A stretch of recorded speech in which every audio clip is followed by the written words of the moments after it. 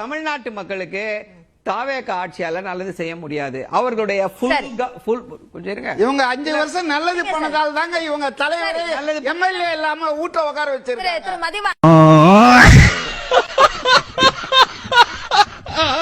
பண்ண போறாரு, காவேரியில தண்ணி கொண்டு வர போறாரு. உங்களுக்கு எல்லாம் தெரியாது. நீங்க வேணா கண்ணை மூடி கண்ணை திறந்து பாருங்க. நாளைக்கு காலையில காவேரி ஆத்துல பொல பொலம் தண்ணி ஓடிட்டு இருக்கோம். எப்படிடா தளபதி சாத்தியப்படுத்தாரு நீங்க எல்லாம் யோசிக்க போறீங்க. கொஞ்சம் பொறு, மிஷின் நிக்கட்டும். இன்னைக்கு திமுக உச்சநீதிமன்றத்துல உடனடியாக காவிரி தண்ணீர் திறந்து விடணும் அப்படின்னு கர்நாடகா உத்தரவு போடுங்க அப்படின்னு வழக்கு போடுறாங்க.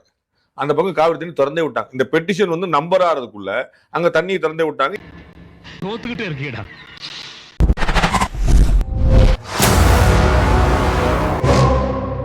வணக்கம் பாண்டி சார். வணக்கம். எப்படி இருக்கீங்க? இறைவன் இருக்கிறாம ரொம்ப நல்லா இருக்கு. எஸ். அப்படியே ஐயனாரே குலதெய்வமே உன் பிள்ளைய குடியேறதுக்கு அப்பா துப்ப. இந்தியா போன்ற வளர்ந்து கொண்டிருக்கிற ஒரு நாட்டுல கொஸ்டின் பேப்பர் 5 வருஷத்துல 3 முறை லீக் ஆகுதுன்னா இது ஒரு நாடா சார்? இது சொல்லு. இது ஒரு நாடா சார்? இது ஆட உங்க கூர்க்காவுக்கு பிறந்தவன சொல்லுவியா? உன்னை எல்லாம் நிக்க வச்சு அடி கூடாது, குனி வச்சு அடி குனிடா. இனிமே சொல்லுவியா? சொல்லுவியா? தமிழ்நாட்டுல நீட் போராட்டம் அப்படின்னா இங்க பெரிய அளவுக்கு இங்குதான் பூமரங்க ஆயிருக்கணும். பெரிய அளவுக்கு அது வந்து போராட்ட களமா மாறி இருக்கணும். ஆனா இங்க ரொம்ப குறைவா இருந்ததுக்கு என்ன காரணமா நீங்க பாக்குறீங்க சார்? என்ன மக்கள் விவரமாயிட்டாங்கன்னு பாக்கணும், வேற ஒண்ணுமே இல்லை. நீட்டுக்காக கடுமையா குரல் கொடுத்த கட்சி எது? டிஎம்கே. என்ன ஆச்சு? அவ்வளவுதான். தமிழ்நாட்டில் ஒரு ஜென்சி புரட்சியால் ஒரு இளைஞர் பட்டாலும் ஒரு பெரிய ஆட்சி மாற்றத்தையே திமுக அதிமுகவை வீழ்த்தி உட்கார்ந்துருக்கு. அதே போல எல்லா இந்தியா முழுக்க இப்ப ஜென்சி போராட்டமா மாறி மோடியை வீழ்த்தும் போல தெரிகிறது. வாய்ப்பில்லை ராஜா, வாய்ப்பு கிடையாது. இன்றைக்கு நீட்டுக்கு எதிராக திரைப்பிரபலங்கள் அத்தனை பேரும் 5 ஆண்டுகள் எங்கே போனார்கள் கேட்கிறேன். இதை போலதான் நான் கேட்கிறேன். திமுக நீட்டுக்கு போராட்டத்துக்கு ஆதரவான இயக்கம். 5 ஆண்டுகளா பா ரஞ்சித் எங்க போனார், வெற்றிமாறன் எங்க போனார், அமீர் எங்க போனார், சகோதரி ஆண்ட்ரியா எங்க போனார், அக்கா ரேவதி எங்க போனாங்க? பதில் சொல்லு தம்பி. என்னண்ணே ஏன் கத்துது? பிஸ்கட் தீந்து போச்சுனே. ஒசூர் பார்டர் சொல்லுங்க சார். ஒசூர் பார்டருக்கு இந்த பக்கம் ஒரு ஸ்டேட்மென்ட், ஒசூர் பார்டருக்கு அந்த பக்கம் ஒரு ஸ்டேட்மென்ட்னா எப்படி சார்? ரெண்டு பக்கம் ஒரே ஸ்டேட்மென்ட் வச்சிருக்கு பாருங்க காங்கிரஸ். அவங்கள போய் கேளுங்க. அண்ணன் மாணிக்க தாக்கர் என்ன சொல்றாரு? கட்டக்கூடாதுன்றார். சரி, டிகே சிவகுமார் என்ன சொல்றாரு? சொல்லுங்க பாஸ், நீங்க தான் தாதா வச்சு சொல்லுங்க. டிகே சிவகுமார் என்ன சொல்றாரு? கட்டியே தீர்வோம். அவ்வளவுதான். ஓசூருக்கு அந்த பக்கம், ஓசூருக்கு இந்த பக்கம், ஒரே பக்கம் தான். இந்தியாவுக்கு வளம் சேர்க்கிற கனிமங்களை கொள்ளையடித்தால் அது நாடா? இந்தியாவுடைய மக்களுடைய வரிப்பணத்தை கொள்ளையடித்தால் அது நாடா? இந்தியாவில் காசு வாங்கி வேலை கொடுத்தால் அது நாடா? அப்படிலாம் நீங்க கேட்கல.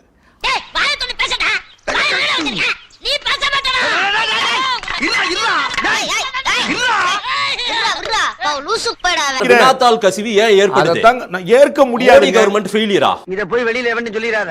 உன் விளையாடும் எடுத்து கடல் தண்ணியில் சூப்பு வச்சு ஓவாயிலே ஊத்திர போறாங்க.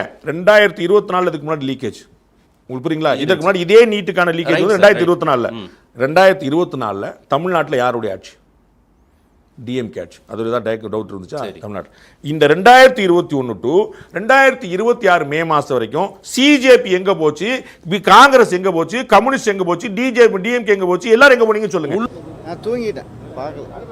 இப்பதான் எந்திரிச்சேன். பாலலிங்கம் பூட்டி புழுக்கத்தோட உட்கார்ந்திருந்தான் சார். அந்த மாணவன் உட்கார்ந்திருந்தான், தாங்கிட்டு இருந்தான், வெடிச்சிட்டான். ஒரு கட்டத்துக்கு மேல வெடிக்க ஆரம்பிச்சான். பார்த்து தான் பஞ்சாயத்து தர போகுது.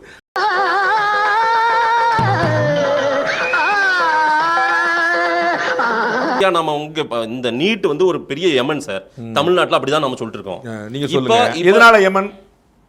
பார்த்து பயப்படுறான் சார். அவங்க இதுக்கு முன்னாடி 12ஆம் வகுப்பு மதிப்பெண் அடிப்படையில் போய் டாக்டர் ஆகி நீங்க எல்லாம் டாக்டர் ஆயிருக்காங்க. சூப்பர்.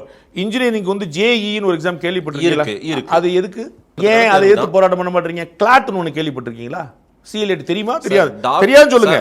தெரியாது. கிளாட் இதோ பாருடா, இன்னெல்லாம் கேக்குறாரு. உனக்கு ஏதாவது தெரியுமா? இதெல்லாம் தெரியாது. அமிக்கினரு அதெல்லாம் நாங்க கவலையே படுறது இல்லங்க.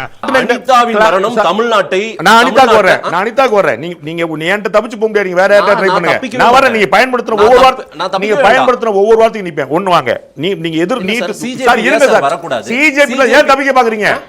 ஏன் தப்பிக்க பாக்குறீங்க? அங்க இருங்க. Stay there. ஒண்ணுனா போறோம். நம்ம உடம்ப இரும்பாக்கிக்கடா, அடமலா ஆரம்பிச்சு வெளுத்து வாங்க போ. பிஎட் முடிச்சிட்டேன் சார். நான் அரசு வேலைக்கு போகணும். என்னுடைய மதிப்பெண் தகுதியா வச்சுக்கலாம்ல.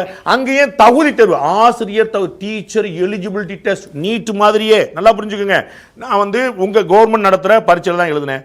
கவர்மெண்ட் நடத்துறதா மார்க் வாங்கினேன். நான் தான் ஸ்டேட் ஃபர்ஸ்ட். 100க்கு 100 வாங்கியிருக்கேன். வேலை கொடுத்துருங்க. சொல்றா என்ன நம்ம பேசுறா ஏதாவது பேசுறா.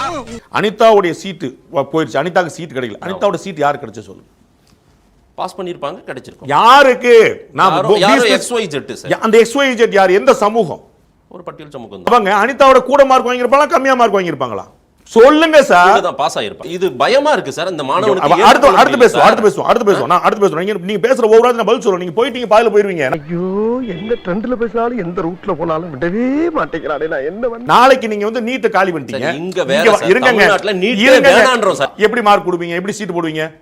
யார் கூட மார்க் வாங்கினா அவ்வளவு சீட், அவ்வளவுதானே. தமிழ்நாட்டில் 2000 சீட் இருக்கும் சார். நம்ம 10 லட்சம் 1.5 லட்சம் பேர் எழுதுவாங்களா சார்? அப்ப 1 லட்சம் பேர் எப்படி நீங்க கழிப்பீங்க? நீட் வேண்டாம் சார், +2 மார்க் தான். எப்படி கொடுப்பீங்க? கூட மார்க் யாரும் அவன் தானே சார் கொடுப்பீங்க. கூட மார்க் வாங்க போய் தானே கொடுத்துருக்க அனிதாவோட.